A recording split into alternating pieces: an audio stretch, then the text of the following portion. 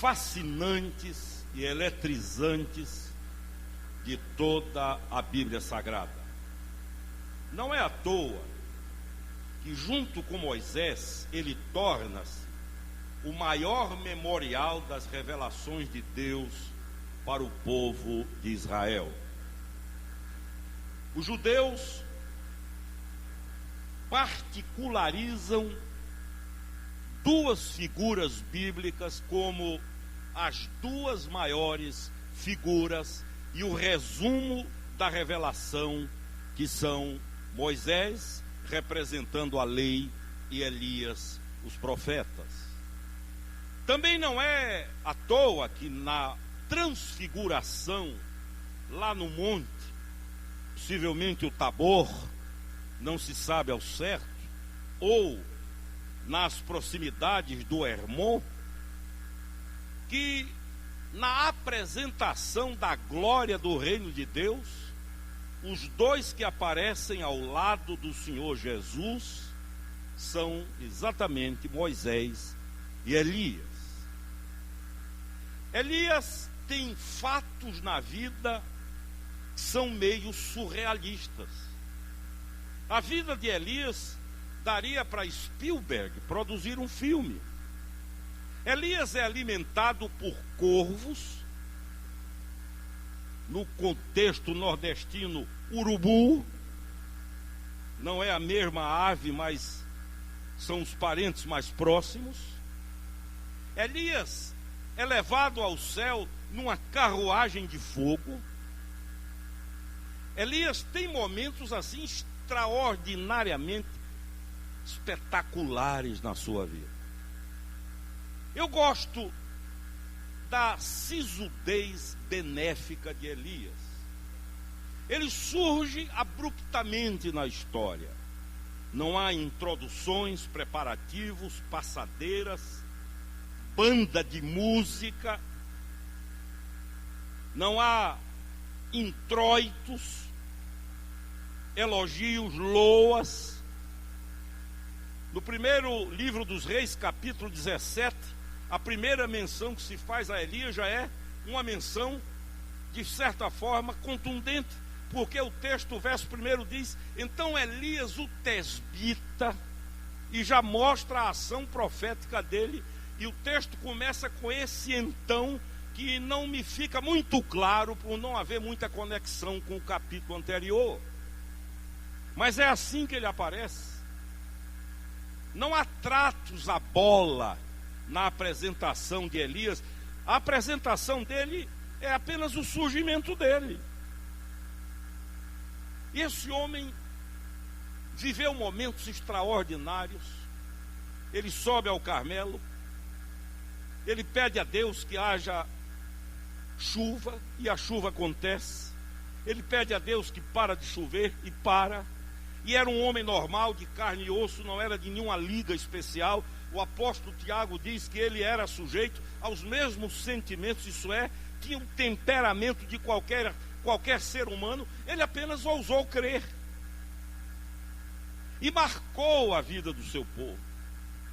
E nesse texto que acaba de ser lido, eu quero falar a vocês aqui presentes e a tantos que nos veem e ouvem pela internet sobre um acontecimento inesperado na vida de Elias, que foi um momento extremamente depressivo.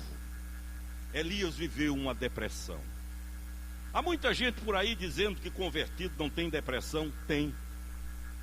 Há muita gente aí ensinando que depressão é fruto de pecado. Não é.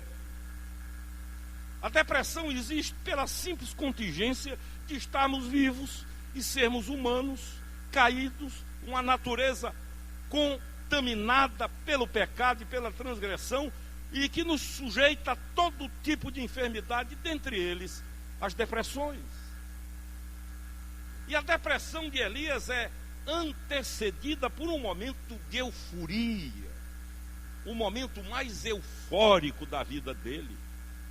Lá no alto do Carmelo, e em todas as viagens que fiz a Israel, desde 1977 até a última agora, em 2010, eu fiz questão de parar no Monte Carmelo, de orar no Monte Carmelo, para de certa forma imaginar como deve ter sido tudo isso, vendo ali do alto a bela baía de Haifa, vendo a beleza da natureza. E foi ali que Elias teve o grande enfrentamento da sua vida, quando ele é desafiado por 450 profetas de Baal. Baal era uma divindade, entre aspas, pagã, oriunda dos seguidores, dos descendentes de Amon, que era conhecido como Deus da fertilidade, mas que ao pé da letra seria o Deus Sol. E após 7 anos de seca, uma nação cuja economia estava construída e erigida sobre a agricultura, começa a viver o desespero e vem o vale tudo. Se fosse hoje, iriam consultar guru, pai de santo, mãe de santo, tudo quanto se pode imaginar. Israel corre então para o sincretismo religioso e busca a resposta dessa divindade Baal e de Astarote, que também era tida como deusa da fertilidade na mitologia pagã daqueles dias. E no embate, Elias, solitariamente, humanamente falando, derrota aqueles profetas. A vitória é tão esmagadora, e o impressionante é que ele enfrenta não apenas o paganismo, a espiritualidade maligna, mas ele enfrenta o Estado, a ordem de coisas. Ali está Acabe, o rei de Israel. Ali está Jezabel, a mulher de Acabe, que bancava financeiramente toda esta corja de feiticeiros, de pajens, que sobreviviam na folha de pagamento do Estado. Está escrito. E Elias enfrenta essa turma toda, e a vitória do Senhor através de Elias é tão extraordinariamente avassaladora, que diz a Bíblia que a multidão começa a gritar sem que ninguém peça: só o Senhor é Deus, só o Senhor é Deus. Impressionante é que é este momento de impacto que gera o momento depressivo. Porque a topografia da vida é isso mesmo. Quando Jezabel percebe que o servo de Deus desmontou a sua carteira de feiticeiros, ela manda dizer a Elias o seguinte: eu não quero estar vivo amanhã, se amanhã, a esta hora, você ainda estiver vivo. E esse foi o start, foi essa palavra que detonou o processo depressivo na vida de Elias. Ele desce ralo abaixo, ele mergulha num buraco existencial, psicológico, e se não fosse a misericórdia de Deus, possivelmente ele não teria saído da situação em que mergulhou. Eu quero refletir sobre isso, porque as estatísticas mostram, ainda mais em termos de projeção, que a depressão será a enfermidade mais avassaladora do mundo nas próximas décadas. Isso independe de cultura, de credo, de raça, de posição social, de nível intelectual. O que se percebe a cada dia, estatisticamente comprovado, é o aumento. Agora, não podemos confundir tristeza com depressão, desânimo com depressão. Isso é outra coisa. E a sintomatologia apresentada pelo texto, que revela e expõe a depressão vivida por Elias, talvez ajude muitos do que aqui estão e outros que nos ouvem e veem pela internet a detectar na sua vida estes sintomas e buscar ajuda para que recebam a cura em nome de Jesus. O primeiro sintoma de Elias é a insegurança. Diz o texto que ele tem medo. O homem que vence 450 profetas, que enfrenta um rei em um reino, agora, nesse momento depressivo, sente-se fragilizado. E o medo toma conta, a insegurança toma conta, as perspectivas começam a ser abaladas, e Elias é tomado por essa sensação de fragilidade interior, que vai sendo transformada em medo, e o amanhã, ao invés de ser esperança, passa a ser pavor.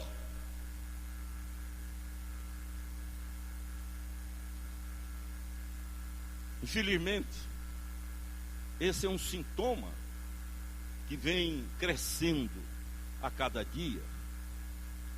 O doutor Vicente, que aqui está, Filizola, membro desta catedral, psiquiatra, me contou certa vez que há 30 anos, mais ou menos, quando implantou seu consultório, a média de idade, a faixa etária dos seus clientes girava em torno de 30, 40 anos de idade.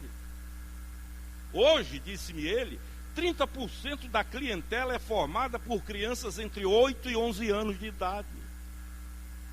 E mais, a maior presença diagnosticada na alma é da síndrome do pânico. E é mais ou menos isso que Elias vive. Ele sai do pico para o vale, do alto para a depressão, do enfrentamento de um rei, de uma rainha, de um estado, de um establishment, de um status quo, de uma ordem de coisas, para uma fragilidade interior que o faz ter medo e viver apavorado. E quem vive assim, vive inseguro, e insegurança destrói.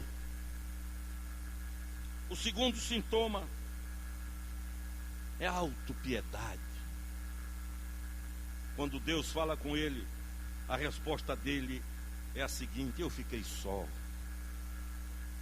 A depressão que gera este sentimento de abandono, de descarte, de rejeição. E ele começa a falar dele com pena dele.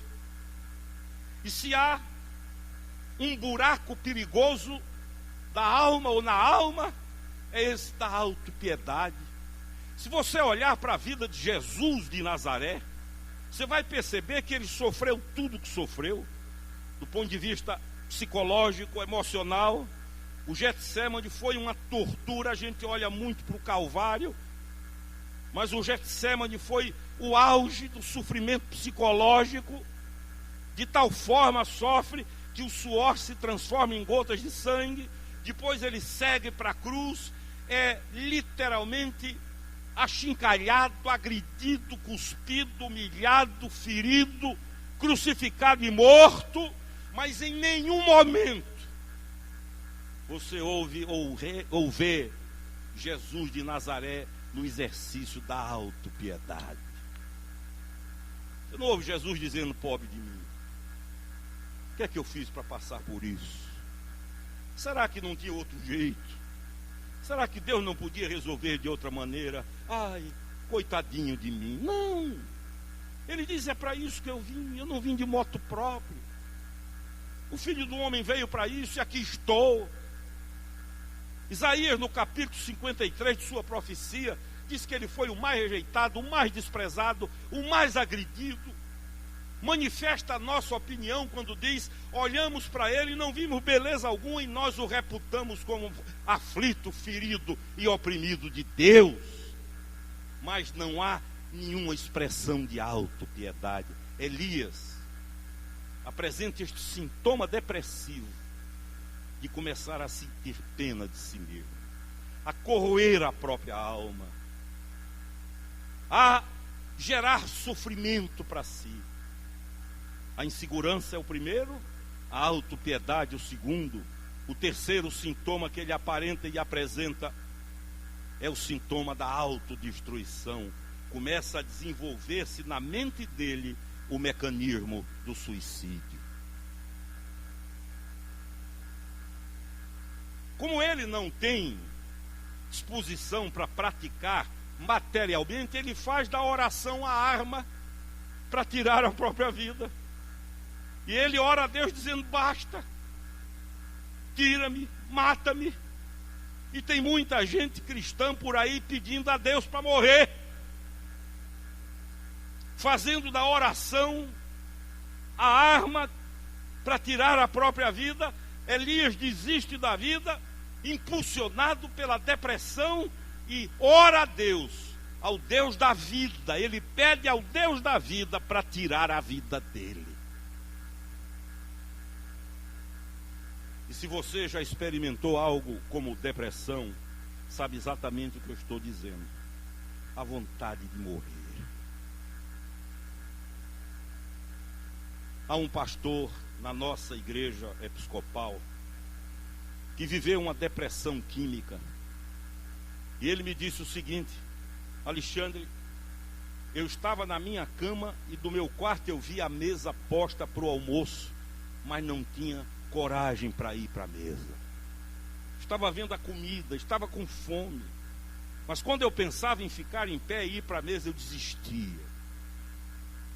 E esse sentimento foi se agravando, e é aí que muitos dobram a esquina e começa a ser construída na mente a engenharia, a arquitetura da morte, do não tem jeito, do acabou, do não tem cura, do não adianta, do é impossível, dessa você não sai. E aí chegam as vozes do inferno para potencializarem a enfermidade e tirarem da pessoa qualquer perspectiva de cura e de esperança. Elias viveu isso. Insegurança gerada pelo medo, autopiedade e agora vontade de morrer. E também esta sensação de abandono. Ele ora a Deus e diz: só eu fiquei. Tanta gente, a nação tão populosa, mas todos desapareceram e eu fiquei só. Este sentimento de abandono também tem a grife de assinatura da depressão. No entanto, queridos, Deus inicia um processo terapêutico na vida de Elias. Afinal de contas, eu disse aqui hoje de manhã, Deus é o maior psicólogo do universo. Afinal, ele construiu a mente. E ele sabe muito bem o que fez. Ele é que armou tudo isso. E uma das coisas que me encantam na terapia de Deus para Elias é que não há uma regra, uma padronização que é exigida para nós humanos, porque somos finitos. A forma como Deus trata de Elias é pessoal, é personalizada. Porque Deus tem tantas formas para tratar uma pessoa, quão variadas são as almas humanas. Nós somos aqui nesse auditório, umas 600 pessoas ou um pouco mais. Deus pode ter 600 ou mais formas de abordar cada um de nós, porque Ele é rico, imaginativo, criativo e poderoso, e conhece a mim e conhece a você como ninguém conhece. E é por isso que Ele vem para cuidar de Elias. A primeira coisa que ele diz a Elias é aparentemente tola. Ele manda um anjo para dizer a primeira coisa, o primeiro passo: levanta-te e come. Uma comidinha boa. E quando eu leio isso, eu lembro daquele colega que disse que via a mesa e não tinha coragem de ir. E o Senhor diz: Elias, meu filho. E isso acontece 2 vezes, porque ele obedece a primeira vez, come e é tomado por um sono, por um torpor, e começa a dormir de novo. Aí o anjo vem a segunda vez e diz: acorda, levanta e come. Volta a alimentar-te. Porque o abandono desta rotina normal da vida é o caminho da morte. E não vai ser a abstinência de alimento que vai curar a tua enfermidade.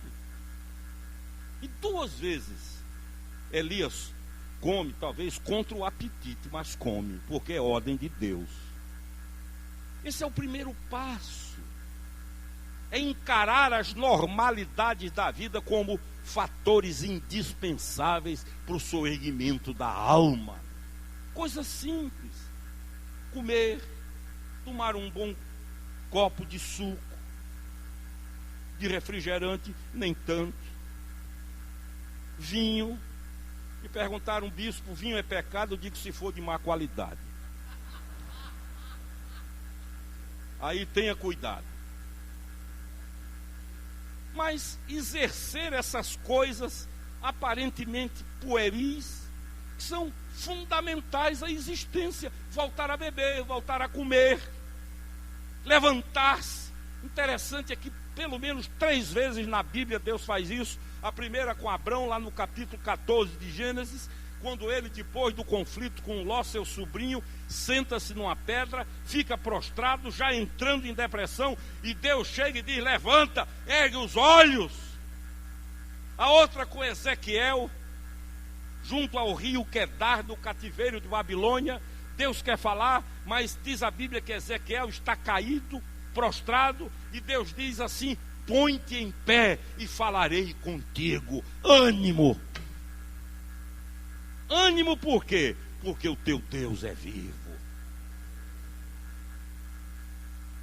O nosso Deus não é produto da nossa mente ou de artesãos. O nosso Deus é vivo.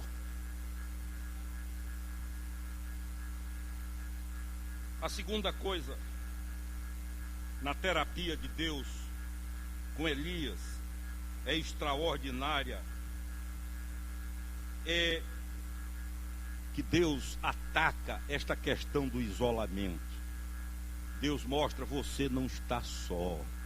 Não, eu sinto, claro. Deprimido, ele só sente o que não é bom. E Deus diz: menino, fica quieto. Há 7.000 separados que não se curvaram a Baal. Não é só você, não. E Deus nos ensina essa lição: nós não estamos sozinhos. Amém. Uma das coisas mais extraordinárias da fé cristã é o próprio nome de Jesus Cristo, Emanuel, que significa Deus conosco. É Deus conosco. Eu estarei convosco todos os dias, não é um dia outro não, até o fim. Eu tenho um amigo conhecido, que há muitos anos não tenho contato, um egípcio. Sempre que eu viajava ao Egito, no Cairo, eu fazia contato com ele e brincávamos muito, ele muçulmano e eu cristão. E ele dizia para mim assim: por que essa diferença? Você diz que é filho de Abraão, eu também sou. E eu dizia: é verdade, mas sua mãe era doméstica, né? A minha era Sara, a esposa. E brincava muito com ele. E numa dessas ele olhou para mim e falou em Alá. Eu disse com todo respeito: esse é seu grande problema. É que seu Deus é Alá e o meu é Acá. É Emanuel, é Deus conosco, é Deus aqui. Não somente conosco, mas em nós, habitando em nós pelo Espírito Santo do Senhor. É o que Deus diz a Elias: acabe com este sentimento de abandono. É para acabar com a síndrome da hiena. Ó Deus, ó céus, ó terra. Não, você não está só. O escritor aos Hebreus diz que há sobre nós uma nuvem de testemunhas, de gente amada. Nós estamos unidos, somos o corpo, somos membros do mesmo corpo, e acima de tudo e além de tudo, conosco está o Senhor dos Senhores. Mesmo que você esteja só, você jamais estará só.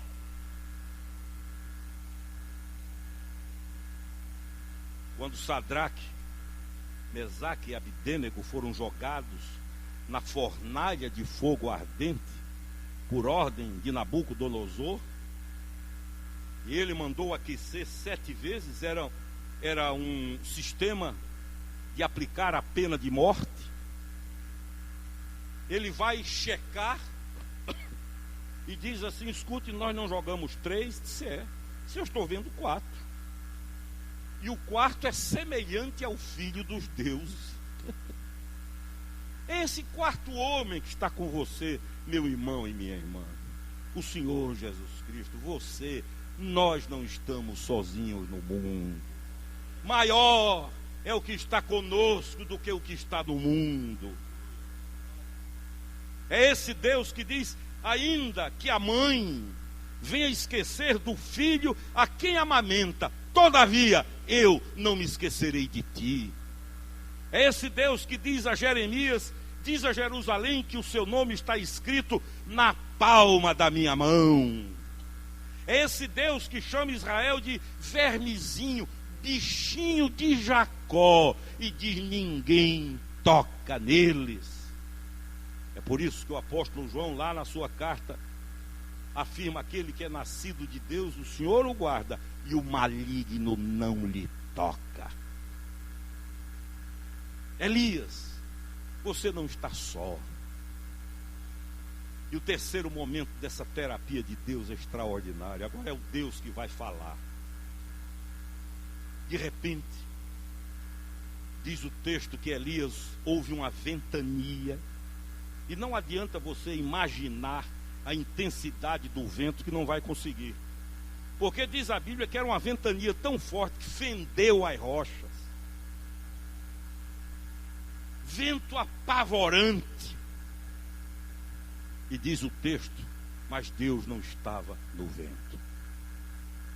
Aí vem um terremoto, tudo caindo, caverna rachando, terra se abrindo. Elias certamente apavorou-se com este choque, mas diz a Bíblia, Deus não estava no terremoto. Aí vem fogo, fogaréu. Começa chama para todo lado, a crepitar por ali. Elias certamente apavora-se. Para quem está num estado depressivo, não é brincadeira, mas diz a Bíblia, Deus não estava no fogo. Depois de ventania, terremoto e fogo, Elias diz: vou sair daqui. Aí vai para a porta da caverna. Quem sabe para esperar coisa pior. Aí diz a Bíblia que vem um cicio manso, uma brisa suave, daquelas que embalam, como acalanto.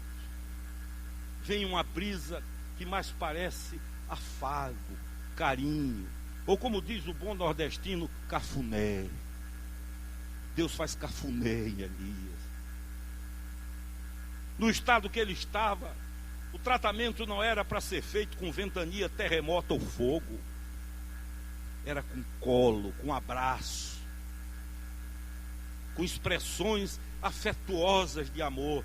E quando aquela brisa suave choca-se, vem ao encontro do rosto, ele sente a aragem, a brisa que lhe refresca muito mais do que a face, mas a própria alma. Ele constata: Deus aí estava. Isso mostra como Deus tem formas pessoais de nos tratar. Porque ventania, Deus não estava na ventania, mas em Pentecostes estava. Deus não estava no terremoto, mas em Pentecostes estava. Deus não estava no fogo, mas em Pentecostes estava. A diferença é que Pentecostes era uma coisa e Elias era outra. Se o tratamento de Pentecostes fosse dado a Elias, ele morria. Deus sabe como nos tratar. Aleluia. Elias precisava de colo, de abraço, de amigo.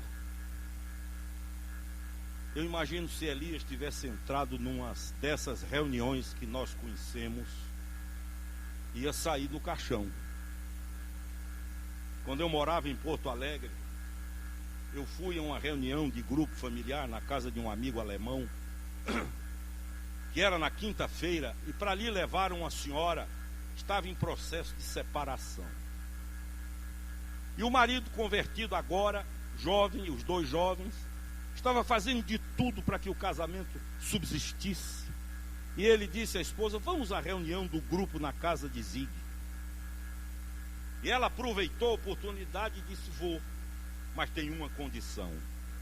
E ele disse: qual? Ela disse: se você me prometer, se eu for na segunda-feira, nós sentaremos com o advogado para fazer o divórcio. E ele jogou a última ficha e disse: tá bom, eu prometo. E foram para a casa de Zius.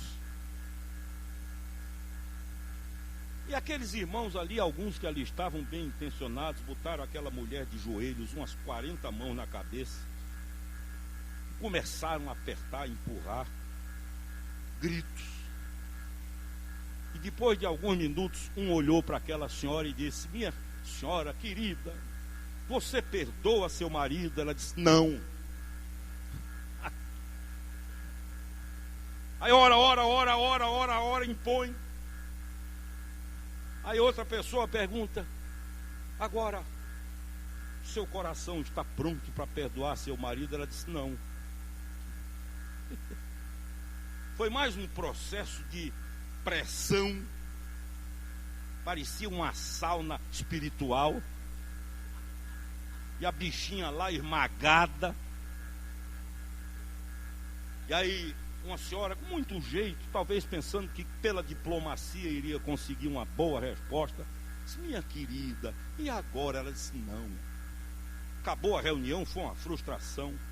E eu abracei o Zig e disse: chama essa senhora, vamos ali no teu gabinete conversar com ela.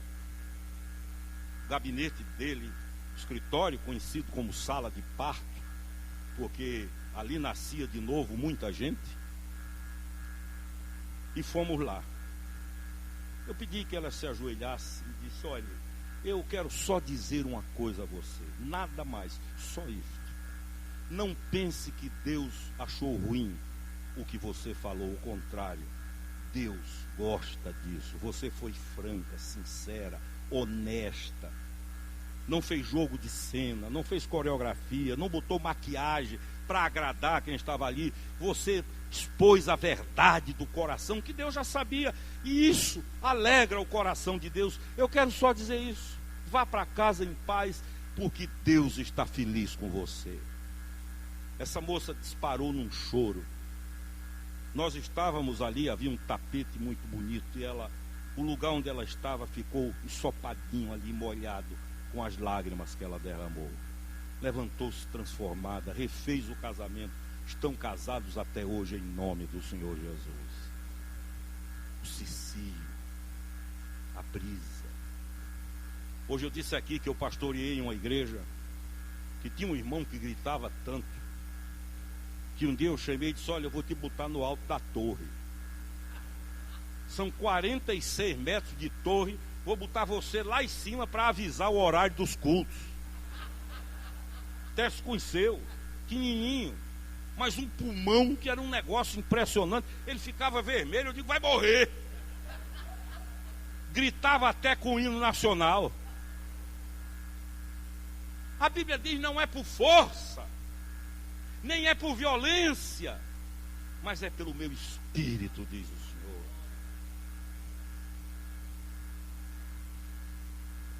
Como é bonito esse tratamento pessoal. Uma vez eu estava em Praga, capital da Tchecoslováquia, antes da queda do muro de Berlim. Saí do hotel e vi uma fila enorme e perguntei a uma pessoa que estava comigo, funcionária do Estado, designado para me acompanhar, funcionário do Estado, o que era aquilo. Ele disse: é a fila para comprar sapato. Eu disse: mas fila para comprar sapato? E ele disse: não, é que não tem sapato para vender sempre. Então nós vamos ter 2 dias com sapatos à venda. E aí a turma aproveita e a fila girava, arrodeava o quarteirão. Ele disse: o mais interessante, o senhor não sabe, é que só tem 2 números. Eu digo para todo mundo: só 2 números? Isso é. E como é que faz? Bom, quem tem o pé maior, corta o sapato no bico. E quem tem o pé menor, enche com papel ou algodão. E eu disse: graças a Deus, porque Deus nos trata cada um do jeito pessoal de cada um. Foi isso que ele fez com Elias. Foi assim que ele tratou Elias. E logo depois, esse homem curado, refeito,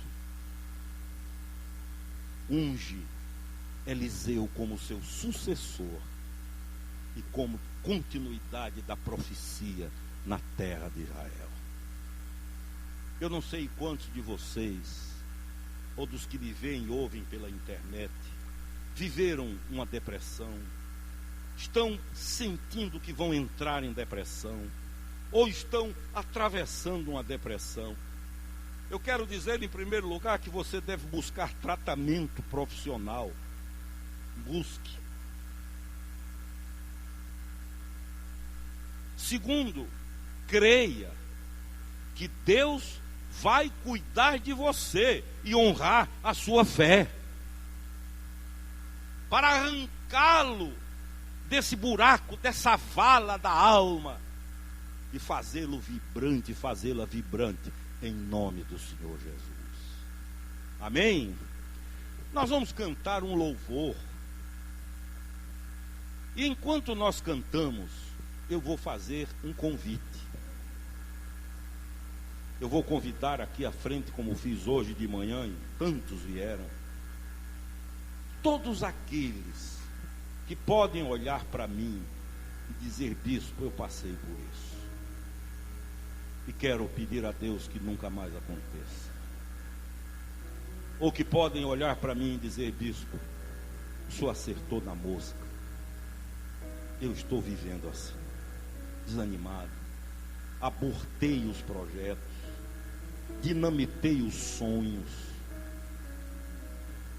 A única coisa que traz expectativa à minha vida é a morte. Eu só espero o dia de morrer. Ou talvez você olhe para mim e diga: bispo, eu estou começando a perceber que uma depressão se avizinha. Eu vou buscar ajuda profissional, tratamento, mas eu quero o colo de Deus. Deus sabe o que eu preciso.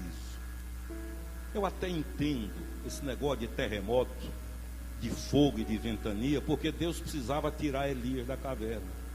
2 vezes Deus pergunta: que fazes aqui? E ele não sai. Aí quando a terra treme, o fogo vem e a ventania bate, ele sai, vai para a porta da caverna, e aí vem o cicio. A pergunta que Deus faz a você hoje, está aí abatido, deprimido, mergulhando num ralo, num buraco existencial, vivendo suas neuroses, que podem gerar obsessões, mas que nessa noite quer cura. Você que vive a sua caverna, embutido, trancado, talvez não uma caverna física, mas o seu peito virou sua caverna. Você está trancado em você mesmo, agrilhoado, não sai mais de dentro de você. A pergunta de Deus é: que fazes aqui, Roberta? Que fazes aqui, José? Que fazes aqui, Marcelo? Que fazes aqui, Cristina? Que fazes aqui, Fernanda? Que fazes aqui, Ricardo? Esse não é teu lugar. Elias, caverna não é lugar de filho de Deus. O que fazes aqui? Esse não é teu lugar. É o que Deus pergunta a você, dizendo o seu nome, porque Deus conhece você pelo nome. Que fazes aqui? Sai dessa, pula fora. E nós vamos depois orar por aqueles que quiserem vir. Vamos ficar em pé, vamos cantar um louvor. E aqueles que quiserem nessa manhã, nessa noite, orar a Deus, dizendo: Senhor,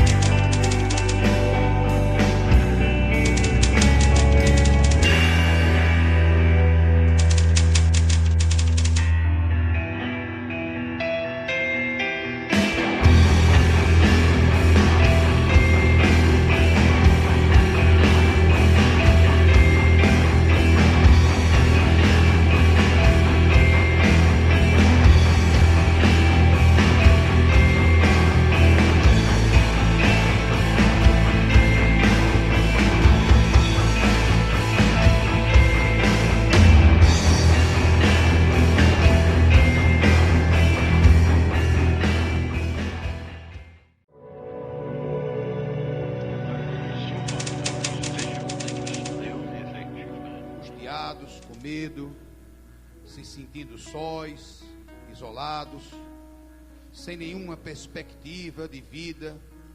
Muitos aqui, Pai, com certeza estão vivendo ou já viveram o desejo de morrer. Mas, Senhor Deus, enche com Teu Espírito Santo esta noite todos esses corações e mentes que assim se encontram. Que o soprar do Teu Espírito faça renascer em cada um, Senhor, o desejo de buscar a vida, de se levantar e seguir adiante.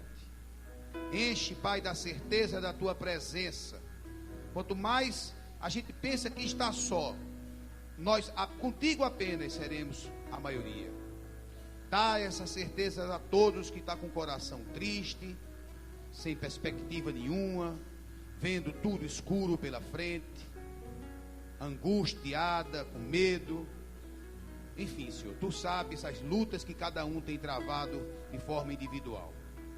Restaura, Senhor, e devolve a todos que estão aqui o desejo de se levantar e buscar junto de Ti a saída para as suas dores. Abençoa, Pai, cada um que se levantou.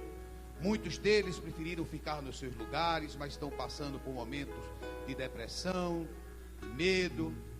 Mas Tu conheces, Senhor Deus. Nós não conhecemos, mas Tu sabes cada coração que está necessitando desta palavra. Em Teu nome, Pai, nós oramos. E desde já agradecemos. E lá adiante, Senhor Deus, vamos olhar para trás e glorificar o Teu santo nome.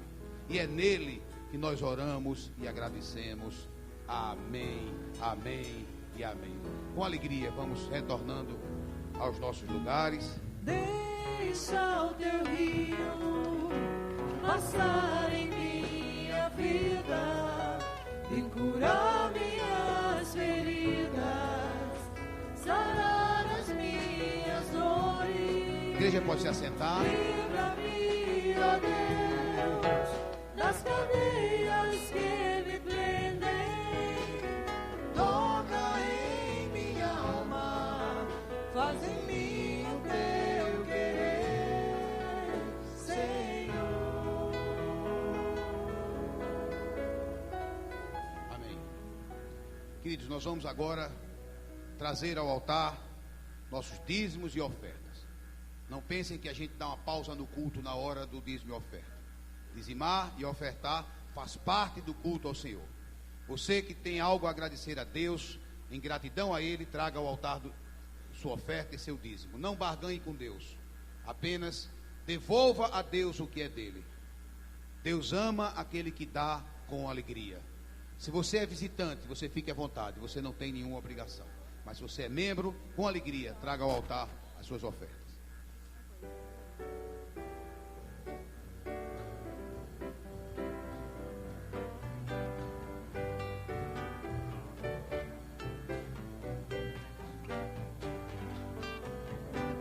Não fica bem, a gente passa bem, o outro caristia.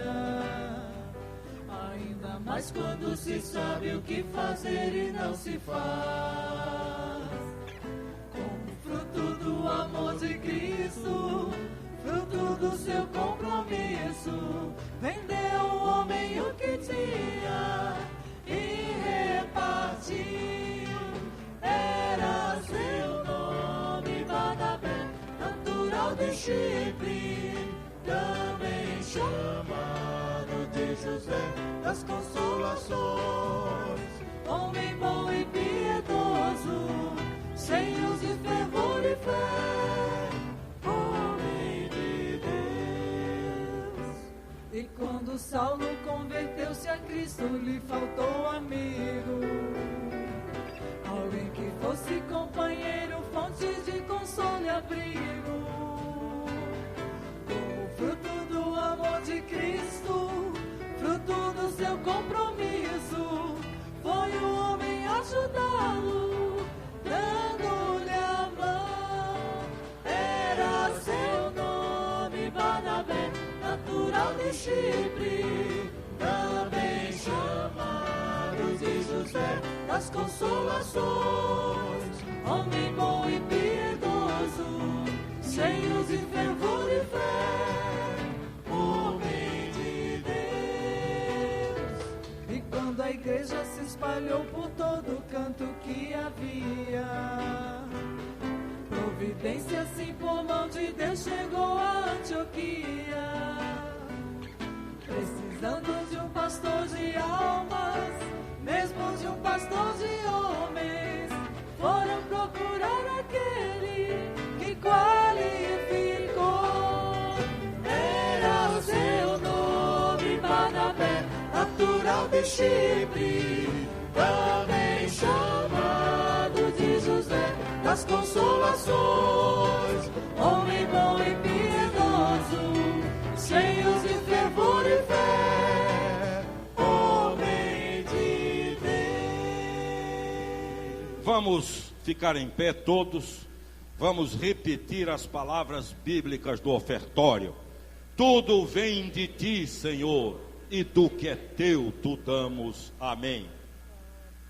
A palavra Eucaristia no Novo Testamento, essa palavra grega, significa ação de graças, gratidão. E a ceia do Senhor é um momento de gratidão. Por isso, Igor e Mirela rendem graças a Deus pelo primeiro ano de casamento, comemorados hoje, dia 22 de janeiro. Amém. Olha ele aqui, Mirela, Deus te abençoe. Mirela agora tem um café ali na Ernesto de Paula Santos, que vai ser a nova diocese, viu, Jorge? É uma maravilha. Agora são duas, uma lá e outra cá. Pedro Maia agradece a bênção pela reabertura da sua empresa após 10 anos de inatividade. Amém. Deus o abençoe. A família Gueiros agradece a Deus pela vida de Eduardo, pelos 15 anos que ele completou ontem, dia 21. Parabéns, Eduardo. Que inveja sua, santa mas é. Parabéns, Aniveras, pelo seu aniversário. Agradeço a Deus pelos anos e pela família. André Farias, parabéns, Anne. Agradeço a Deus por mais um ano de vida da minha esposa, a esposa Ângela Cirelli, completados ontem, dia 21. Carlos Camilo, parabéns, Ângela, Deus te abençoe. José Jorge e família rendem graças a Deus pelos 90 anos de seu pai, que partiu para a casa do Pai na última terça-feira. Amém. Deus te abençoe, Zé Jorge, Andréia, e dê o conforto que só Ele sabe dar. Carmen e família rendem graças a Deus pela vida de sua mamãe, Dona Lenita, que hoje completa 86 anos de vida. Que maravilha. Parabéns. Onde está Dona Lenita? Por ali. Ali. Vamos aplaudir Dona Lenita, 86 anos. Parabéns. Deus abençoe. Eu e minha esposa fomos surpreendidos por 2 assaltantes armados às 6:30 da manhã, próximo ao terminal de Setúbal. Ao sairmos em fuga de marcha ré com o veículo, apesar de correrem contra o veículo com as armas apontadas, nenhuma foi disparada. E se foi, falhou, graças ao nosso bom Deus. Obrigado, Senhor. José Carlos e Cibele. Amém. Eu também celebro em gratidão a Deus pelo primeiro encontro nacional do clero da Igreja Episcopal Carismática, que foi uma bênção. Ouvimos 6 mensagens do nosso patriarca, ricas, edificantes e desafiadoras. E eu e Carmen, minha esposa, agradecemos a Deus porque finalmente nos mudamos e agora estamos aqui na Zona Sul, morando perto do rebanho que Deus nos confiou. Portanto, ainda estamos vivendo aquela turbulência de mudança. Daqui a um mês a gente acha o paliteiro, né? Mas faz parte da vida. Eu gastei 1% da minha energia trabalhando e ela 99%. Eu disse isso de manhã, ela disse que eu ainda fui exagerado, porque foi menos de 1%. Né? Graças a Deus por tudo isso. Na Igreja Episcopal, nós celebramos a ceia com pães ázimos, isso é, pães sem fermento, que é uma herança da cultura e da religiosidade judaica. Não há nenhuma norma quanto a isso. Há igrejas nossas que celebram com pães normais.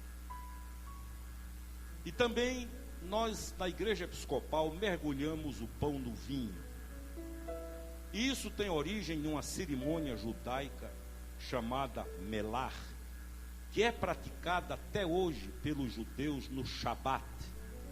Na sexta-feira, às 6 da tarde, no pôr do sol, quando começa o sábado judaico, eles se reúnem para o Shabat, e o chefe de família pega o primeiro pedaço de pão, molha nas ervas amargas ou no vinho e oferece àquele que ele considera mais digno de ser honrado.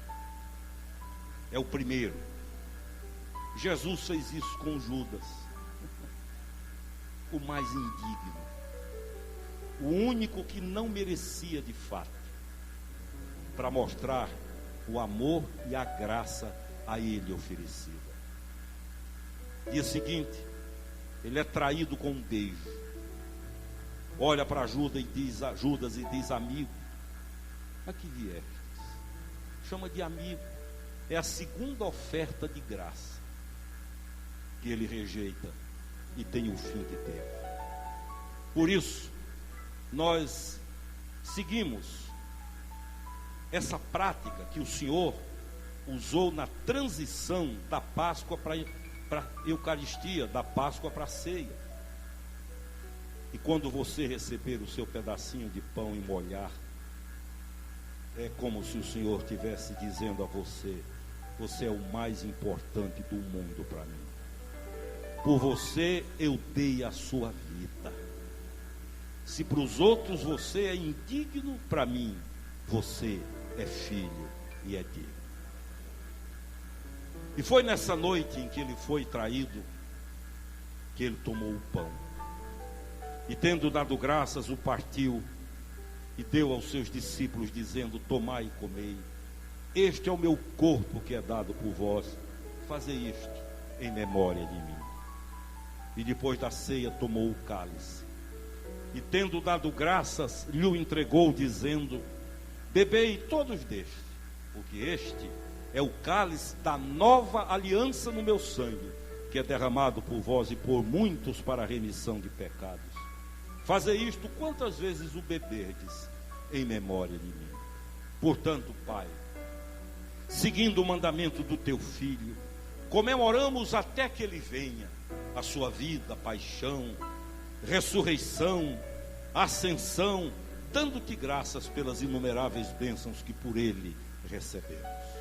E aqui te apresentamos, ó Senhor, a oferta de nós mesmos, e humildemente suplicamos que aceites este nosso sacrifício de louvor e ação de graças, e te dignes a abençoar e santificar com teu Espírito Santo a este pão e a este vinho, para que nós, revestidos da tua graça e bênção celestial, sejamos unidos com Cristo em tua santa igreja, mediante o mesmo teu Filho, nosso Senhor, com quem e por quem, na unidade do Espírito Santo, seja toda honra e glória a ti, ó Pai onipotente, por séculos sem fim. Amém. De mãos dadas, se possível, vamos orar, vamos cantar e orar o Pai Nosso. Ó Pai nosso, tu que estás com os que amam a verdade, fazem do reino que é teu, Senhor, esteja sempre em nossos corações, que o amor que teu Filho nos deixou, o amor esteja sempre conosco. Pai nosso que estás nos céus, santificado seja o teu nome. Venha a nós o teu reino. Seja feita a tua vontade, assim na terra como no céu. O pão nosso de cada dia nos dai hoje. Perdoa as nossas dívidas, assim como nós perdoamos aos nossos devedores. E não nos deixes cair em tentação, mas livra-nos do mal, pois teu é o reino, o poder e a glória para sempre. Amém. E no pão da unidade, Cristo dá-nos tua paz e perdoa os nossos pecados, como perdoamos aos demais. Não permitas que caiamos em tentação, ó Senhor, dá tua paz ao mundo. O pão que partimos é a comunhão do corpo de Cristo. E o cálice que abençoamos é a comunhão do sangue de Cristo. Porque nós, embora muitos, somos um só corpo. Saudemo-nos com o abraço da paz.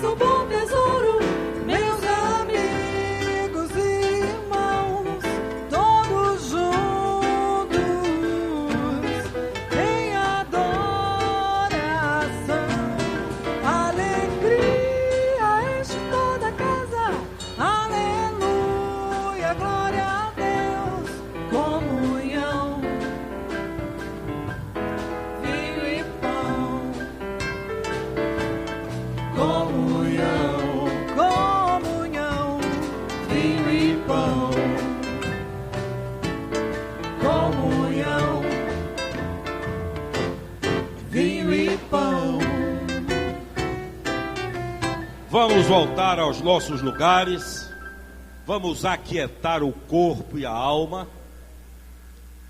Queridos, esta não é a ceia da igreja episcopal, esta é a ceia do Senhor. Por isso, todos aqueles que são cristãos, convertidos, nascidos de novo, tementes a Deus, de qualquer denominação, estão convidados a participarem conosco do pão e do vinho, porque os dons de Deus são para todo o seu povo. Conforme a orientação, com alegria e reverência, vamos comungar.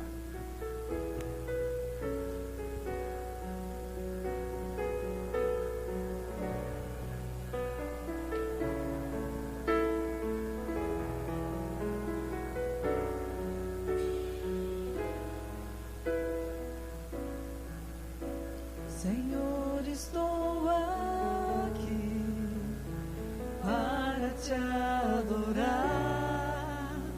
em tua presença. Desejo estar.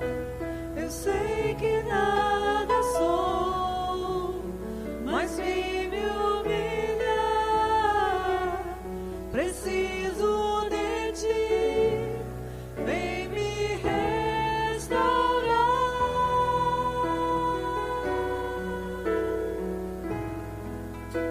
Senhor, estou aqui para te adorar em tua presença. Desejo estar. Eu sei que nada sou, mas vim me humilhar. Preciso de ti, vem me restaurar.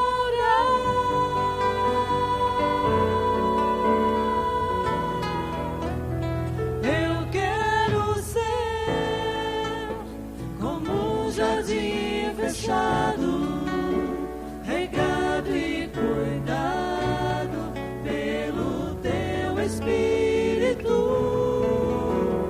Flua em mim como um manancial no meu interior, com águas vivas.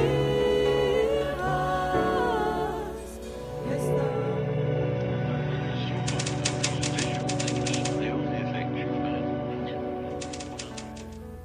para o teu louvor.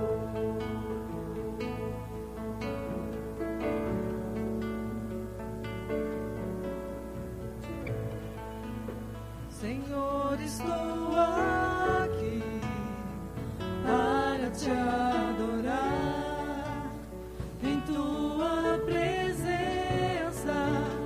Desejo estar. Eu sei que nada sou, mas vim me humilhar. Preciso de ti, vem me restaurar.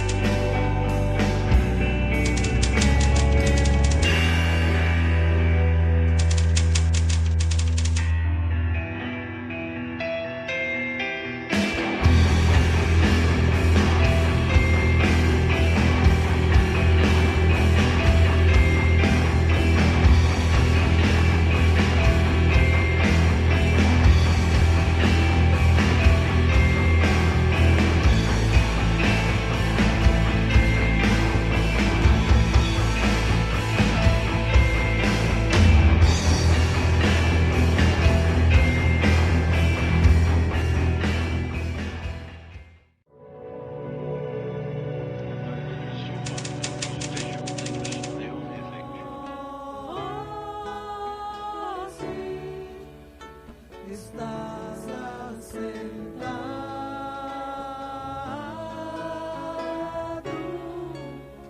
ao lado de Deus, Deus Pai. Tu és Senhor do universo, és o Filho de Deus, tu és o Cordeiro Santo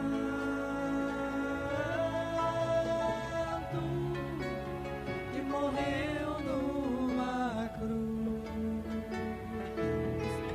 Teu sangue é precioso,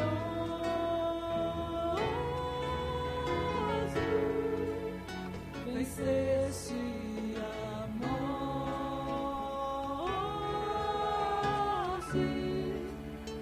estás assentado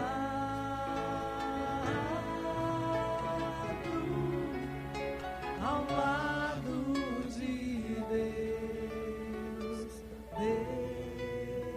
Deus Pai. Vamos tentar ser breves nos nossos avisos. Queridos, tradicionalmente o nosso retiro de casais se dá no Dia dos Namorados. Mas este ano, por como vai ter um feriadão, os hotéis não estavam disponibilizando. Portanto, nosso retiro de casais vai ser do dia 25 a 27 de maio, lá no Hotel Casa Grande. É um tempo de comunhão e de crescimento espiritual. Somos apenas 100 casais. Nós fechamos o hotel, mas somos apenas 100 casais. O que acontece é que as pessoas deixam sua inscrição para o final e normalmente não conseguem mais vaga. Portanto, você se apresse. Os custos são divididos em 6 parcelas. Temos até o mês de maio para dividir todas essas, junho, a última parcela. Então, não deixe de participar, gente. É um tempo muito bom, é um tempo onde a gente entra em comunhão com os irmãos e ao mesmo tempo a gente tem visto lá Deus fazendo verdadeiros milagres, restaurando vários casamentos. Portanto, invista, dê de presente como Dia dos Namorados a sua esposa ou ao seu esposo esse retiro de casais. Na parte final do nosso boletim tem a relação dos nossos grupos familiares. Então amanhã, segunda-feira, às 20 horas, todos os nossos grupos familiares se reúnem. Procure um dos grupos mais próximos da sua casa, participe conosco. E se você quiser abrir a sua casa para implantarmos um grupo familiar, entre em contato conosco ou pela secretaria da nossa igreja e iremos lhe orientar e lhe dar o suporte de treinamento para que você possa implantar um grupo familiar. Amém? Quero lembrar que terça-feira às 14 horas, o grupo familiar, o grupo de oração de Julita se reúne. Quarta-feira às 20 horas, o culto carismático. Quarta-feira passada, o auditório parecia um domingo. Muita gente vindo, sendo muito abençoada, a palavra de Deus aberta, exposta, orações pelos enfermos, atribulados. Então, quarta-feira, às 8 da noite, venha para o culto carismático. Quinta-feira, 6 da manhã, homens e mulheres de oração. Nós somos uma igreja que ora na terça tarde, na quinta às 6, no sábado às 4 da tarde, as Déboras, mães orando por seus filhos. O lema é mães de joelhos, filhos em pé. Então, sábado, 4 da tarde. E domingo, 10 da manhã e às 6 da tarde, este culto, esta celebração. Vem aí o cursilho feminino, o primeiro de 2012. Vai ser de 15 a 18 de março. Se você não fez ainda, tenha juízo e faça. 15 a 18 de março, primeiro cursilho feminino. Quero lembrar que a livraria está aberta, reabriu hoje, com ofertas boas e variadas. Livraria Caminho de Luz.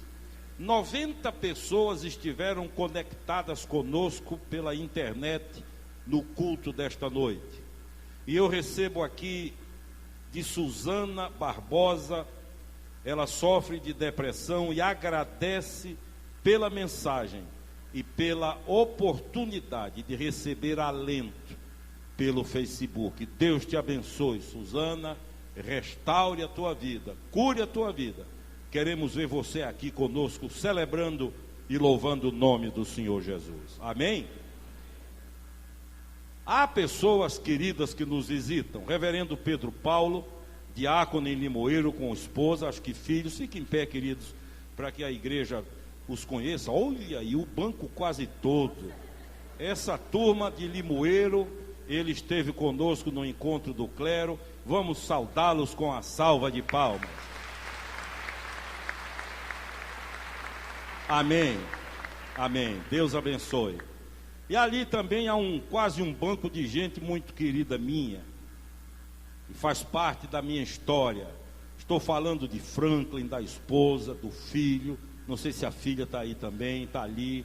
E Franklin foi minha ovelha, foi adolescente na minha mão, como foi Sérgio Lopes, que deveria estar conosco aqui hoje. O pai de Franklin foi meu presbítero, um dos homens mais apaixonados por missões que eu conheço. E esta semana eles estão aqui com o reverendo Técio Alcione. Eu vou pedir a você, Franklin, com esposa e filhos, fique em pé para que a igreja possa conhecê-los, essas ovelhas queridas que eu tive no passado. Deus os abençoe. Amém. Agora quero conhecer os outros visitantes. Quem nos visita hoje? Levante a mão, alto. Olha ali, levanta, ali. Eu não quero ver só mão, quero ver rosto. Visitante, fique em pé, por favor. Os visitantes fiquem em pé. Olha aqui para mim. Vocês vão ganhar um abraço episcopal rechonchudo. E uma música para vocês. Vamos lá? Abraçar essa turma? Amigo, a alegria é ter você aqui. Nos faz sentir vontade de cantar e de dizer: Cristo quer te oferecer a alegria de viver. Aceite o seu amigo, ele será.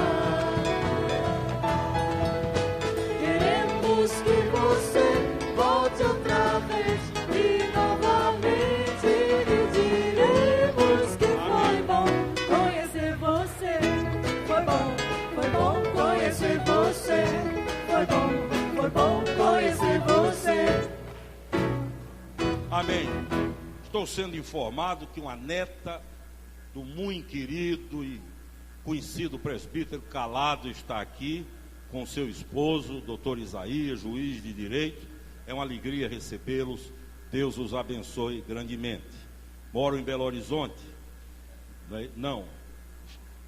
Aqui, bom. Sejam bem-vindos, Deus abençoe vocês, né? Eu brinco muito, digo que nós temos uma identificação enorme com os presbiterianos, a nossa teologia, e há muitos que frequentam aqui e outros que já estão conosco, e eu consolo eles dizendo assim: a diferença é estética, é só por fora, por dentro é todo mundo igual. Amém? Vamos ficar em pé. Valeu a pena estar aqui? Ou você preferia encher a cara no bar do Limão e depois morrer de ressaca? É muito melhor estar aqui.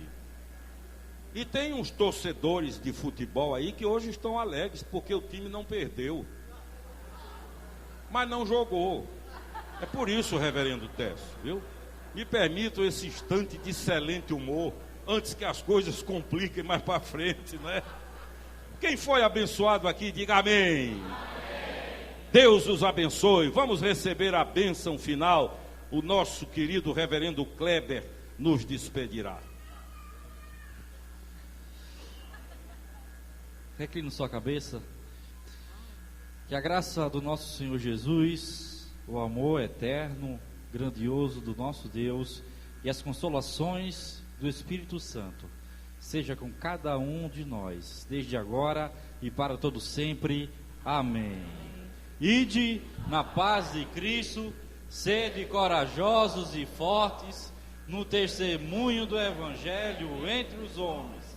Servi ao Senhor com alegria, no poder do Espírito Santo. Aleluia!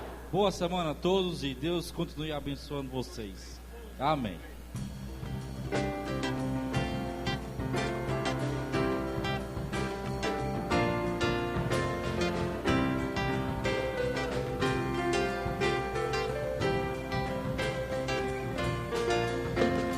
Venha, ó Senhor, em mim habitar, pois quero ser templo teu. Quando eu sair desse lugar, que Jesus permaneça em mim.